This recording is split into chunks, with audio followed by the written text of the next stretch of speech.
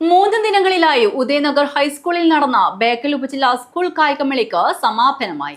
Uduma GHSS 271 point നേടി overall ചാമ്പ്യന്മാരായി. 3 ദിവസങ്ങളിലായി ഉദയനഗർ ഹൈസ്കൂളിൽ നടന്ന ബേക്കൽ ഉപജില്ലാ സ്കൂൾ കായികമേളയ്ക്ക് സമാപനമായി. ഉദുമ GHSS 271 പോയിന്റ് നേടി ഓവറോൾ ചാമ്പ്യന്മാരായി. LP, ഹൈസ്കൂൾ, ഹയർ സെക്കൻഡറി വിഭാഗങ്ങളിലായാണ് മത്സരങ്ങൾ നടന്നത്.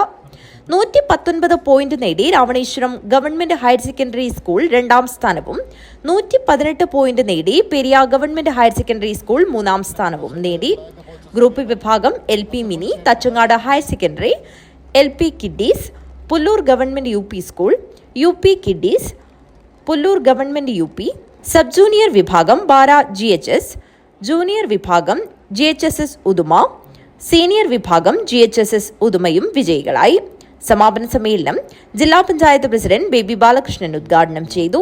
ഉപജില്ലാ കായികമേളയുടെ ഒളിമ്പിക്സ് എന്ന പേരിട്ടുകൊണ്ട് കഴിഞ്ഞ 3 ദിവസങ്ങളിലായി ഇവിടെ വളരെയധികം വാശിയേറിയ മത്സരങ്ങളാണ് നടന്നുകൊണ്ടിരിക്കുന്നത്. നമ്മുടെ ഭാവി ഭാരതത്തിൽ മുതൽക്കൂട്ടാവുന്ന കായിക താരങ്ങളെ വളർത്തിക്കൊണ്ടുവരാനാണ് സ്കൂൾ കായികമേളകൾ നമുക്ക് ആ മേളയുടെ ഏറ്റവും പ്രധാനപ്പെട്ട ലക്ഷ്യം.